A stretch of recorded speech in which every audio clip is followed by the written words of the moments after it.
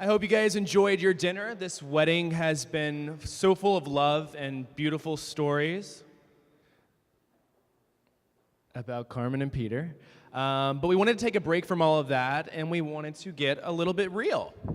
I don't know if you all are familiar with a roast, but we're not going to be going the traditional route. We're not going to be toasting Carmen and Peter tonight. We're going to be doing a little bit of a roast, so we might be taking some digs. We might be making a little fun, but it's all in good humor. So I present you the Riggs Roast. Carmen and Peter. Carmen and Peter.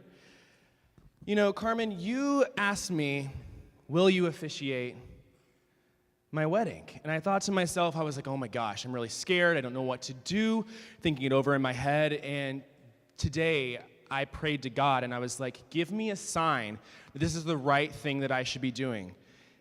And just before you walked on the aisle, there was a train going by, and I knew it was going to be a damn train wreck from that.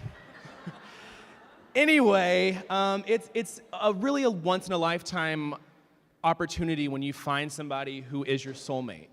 You find somebody that you love. You find somebody that's the Bonnie to your Clyde, the person that's your Britney Spears to your Kevin Federline.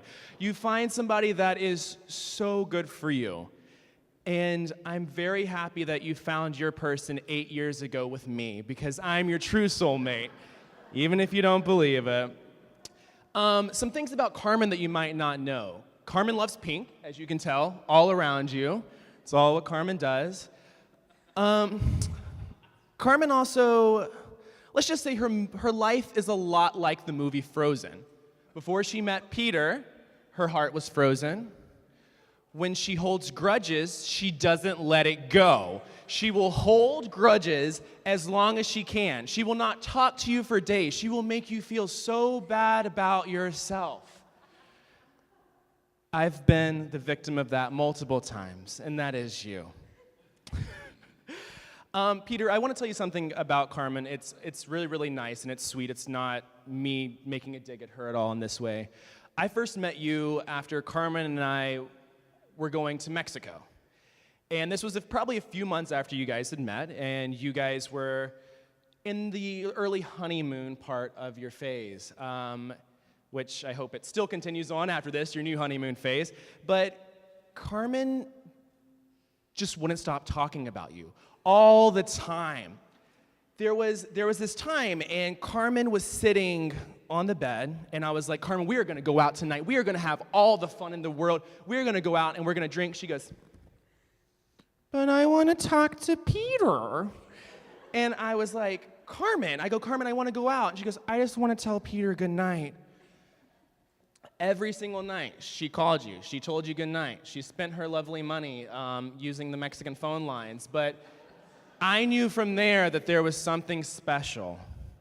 There's multiple stories that I could tell you guys. I could tell you guys about some beads. I could tell you guys about some lesbians. I could tell you guys about a lot of things. But we're not going to go there tonight because Carmen told me not to. And we are now going to go to the lovely David, who will be roasting Carmen and Peter.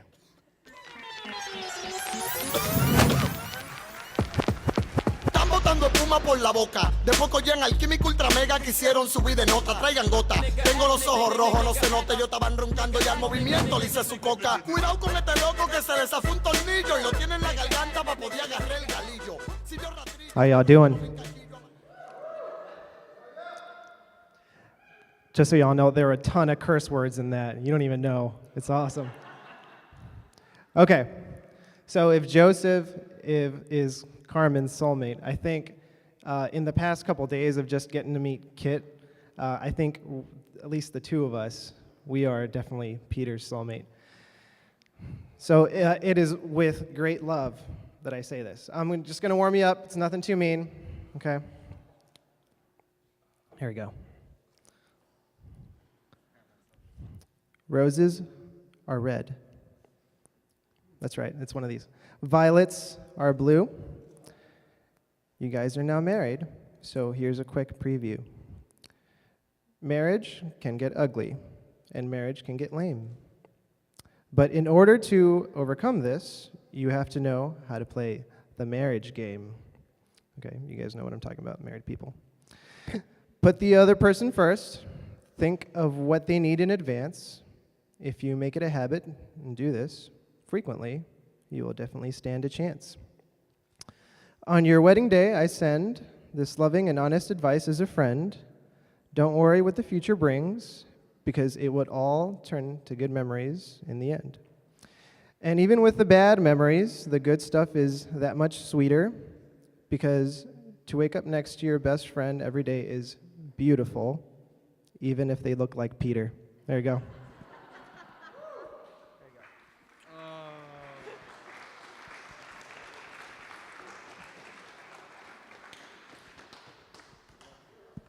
All right, Paul, if you want to come on down, you are up next.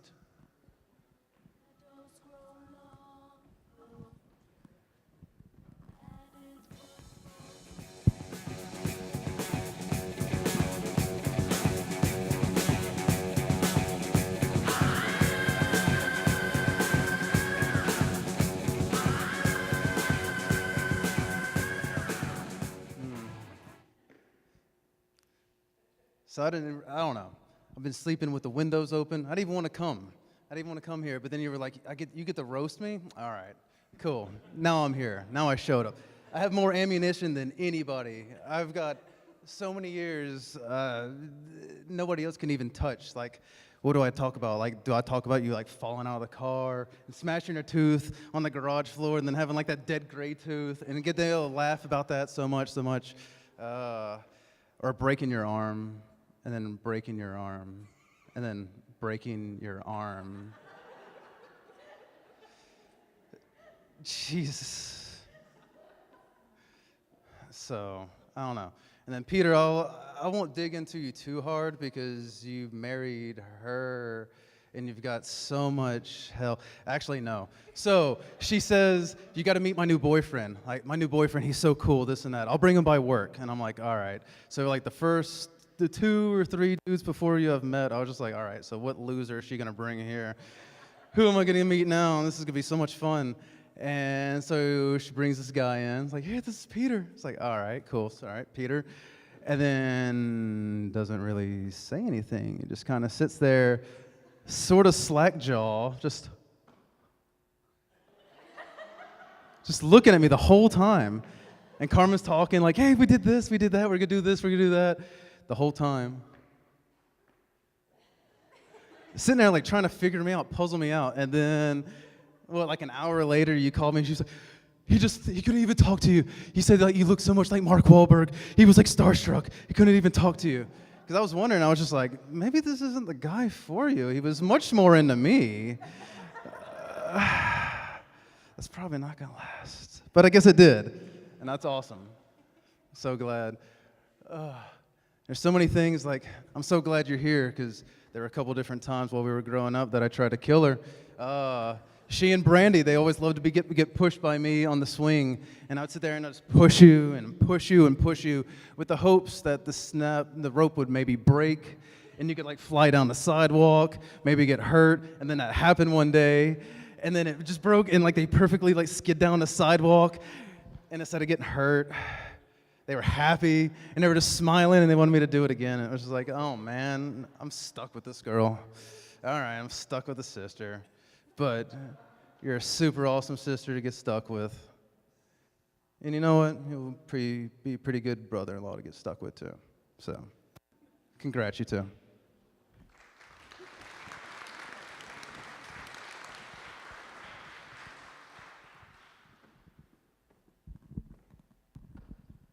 All righty, well now we have the beautiful Patrick. Patrick, make your way down the stairs to roast the beautiful couple.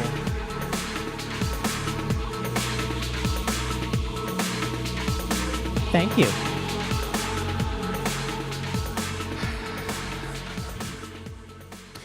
All right, cool. So I'm going to disappoint you right now. I don't actually have a lot of terrible dirt on Peter and Carmen.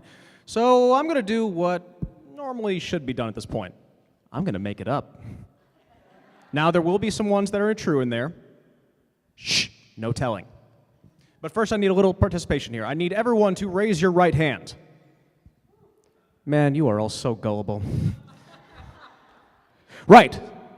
Ooh, that was a little loud, sorry. Starting with the first. Carmen, we can only say that your appreciation of cave-aged cheeses? Thank you. Is it cave-aged cheese? Fine, yes. So, your appreciation for them is yours and yours alone, especially after you've eaten it. Peter, I really don't like that tie. Carmen, yes, you like the color pink, but do you really like the color pink, or is it just a phase, Carmen? Denial. And last but not least, Peter, I watched you two walk along the grass, avoiding what might have been a cow pat or dog pat. Is it dog pat? Dog pat. And I could only think, that is the smile that very swiftly approaches drowning men. Watch out. On a more somber note, though, it's love. Love is what happens when the bank accounts are not full, when you really don't have the right words, they're all the wrong ones. And look what you two have entered into. Look what you two are about to enter into. Don't bungle it up, because otherwise anything I said tonight might be not just a roast. Oh, and I'm happy for both of you.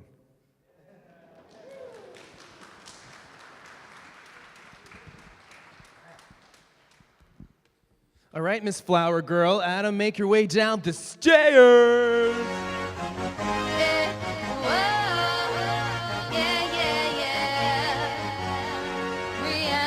Carmen. Here we go. All right, so all of the people who came before, they obviously don't know Carmen very well because her favorite color is actually blue. They just sold out of it. That's why we got pink.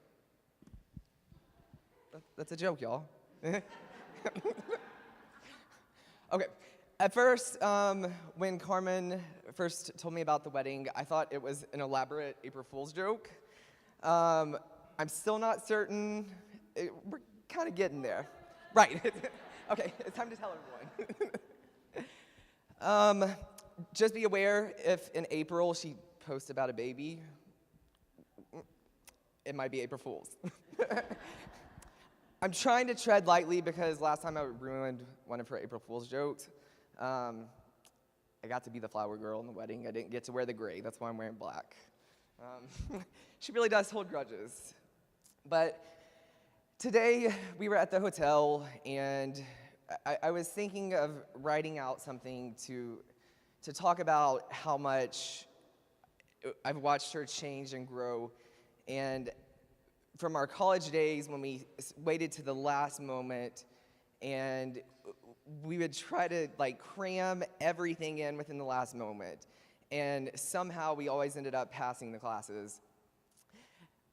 Today, watching her write her vows right before we drove here, I realized not much has changed. And when I see Carmen and Peter together, it's love. You can see the love between them. The first time I spent time with them, I knew within that moment, seeing Carmen happy, seeing someone, Carmen doesn't have to change who she is, and Peter is exactly who he is. And when they come together, they make a unity that, it's what it's here, it's love. I could probably go on for a little bit more of the roast, but I'm gonna leave it at that. Cheers to them and waiting to the last moment and pulling off an absolutely beautiful wedding. Cheers.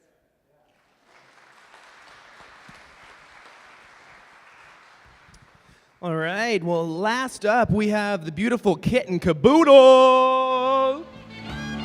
Sometimes I feel like I've been tied to the whipping post, tied to the whipping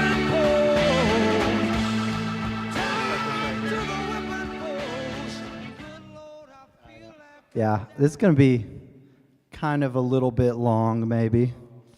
Can y'all hear me okay?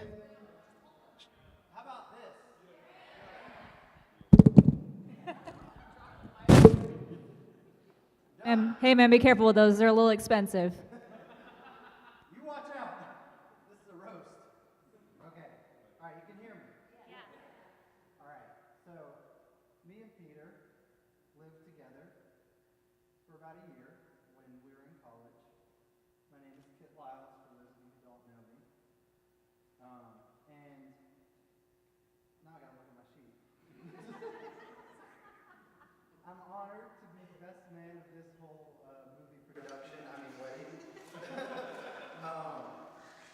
But what Peter didn't know is that when he asked me to be his best man, I was mostly just interested in using this as an opportunity to get revenge for him beating me at racquetball every week for a whole damn year in college. Still bitter about it. I don't know if you can tell. He's a good racquetball player. You might not think of him as an athlete.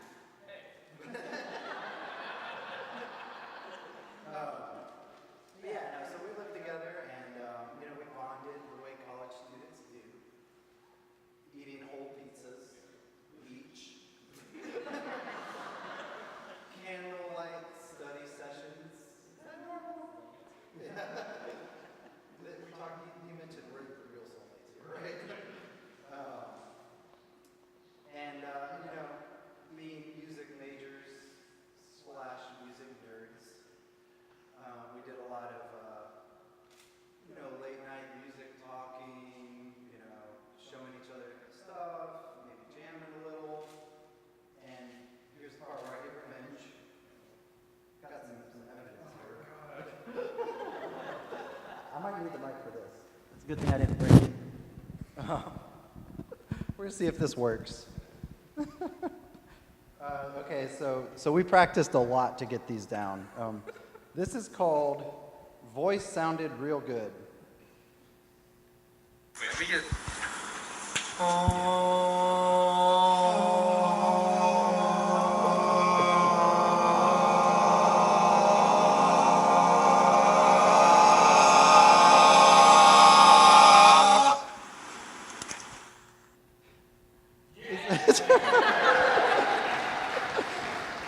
You can't say the music degree wasn't worth it, right?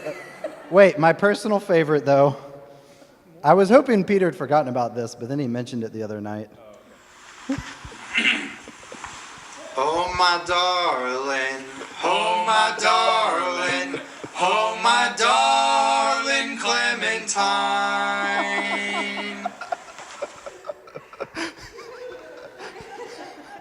We spent like an hour just to get that down. Our neighbors were so upset. Extremely upset about that. Anyways, sorry, where was I? Oh, yeah. I don't think he knew those still existed. Okay, so, all right, in all seriousness, I was trying to think of how to describe Peter's warmth as a person. And what I came up with is this. When Peter Riggs walks into a room, you feel like the whole room just got a hug, like a big bear hug. And then he actually hugs you, and that's real nice too, But no, seriously, I don't know if there's too many people in my life who are as warm, joyful, loving, fun to be around. And if there's one thing I can say about both these two folks, these lovely folks here sitting at the front of this auditorium, it's that they're just such a joy to be around, to be in a room with. Carmen, I have not had the pleasure of living with you yet. I look forward to moving into the guest room, as we discussed, Peter, right? You told her about that? Okay, good. I love the pink. Yeah, no, the pink. I mean, I didn't like it before today, but it's been so ingrained into my vision that I don't think I can escape it. But really, ever since, as people have kind of like been hinting at here, ever since the first time Peter told me about Carmen, I could just kind of tell, wow, there's something there. Like, they really like each other. Then I met them for the first time, and we had like a nice evening together a couple years ago. And you just get this sense of groundedness and like peace, and they're at ease, and it just feels like it's always been this way. Like it's always felt like this. And I think that's, what else could you look for in a partner than that feeling? And I think that says a lot about who they are as people. They bring a sense of home with them. That's something I felt when I lived with Peter. It felt like a home, which I can't say about all my other living situations away from home. It's very gratifying to see your friend find someone who is worthy of the love that you've always seen that they have, and who can match them in sass, crass, sweet and salty, and again, that just joyful love of life. So with that, I'm just going to get philosophical for just a second, and then we'll wrap this up. Just a little advice from a friend who doesn't know that much about love yet, but, we're working on it. But how I feel about this, whole wedding, marriage thing, what matters now is not the love that brought you to this point, but it's the love that you nurture every day from this point on.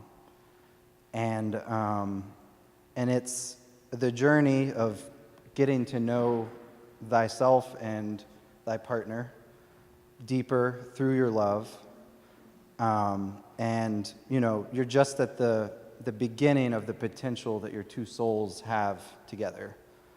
I know in your ceremony you said something about this is not a beginning. I was going to say this is a beginning, so now I had to scrap that. But you are gardeners now of affection and love, and you have to tend the garden every day and continue to grow that and nurture that. And so with that, I say, raise a glass to building a home, to continuing to grow your love for each other, to Carmen and Peter. Cheers.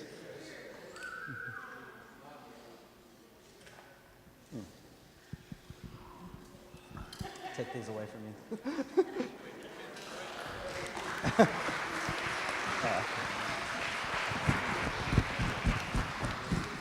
So happy for y'all. Give me a little. Who do I give this to? Well, guys, that was the Riggs Roast, and if we learned anything tonight, it's that these two were made for each other, that no one else could put up with them or would put up with them. And ladies and gentlemen, we hope you enjoyed it. And now it's time to eat some cake. Yeah. Go. You know you guys want that cake. Somebody get up and get that piece of cake. I was about to say, if nobody goes for the cake, I'll beat y'all down there.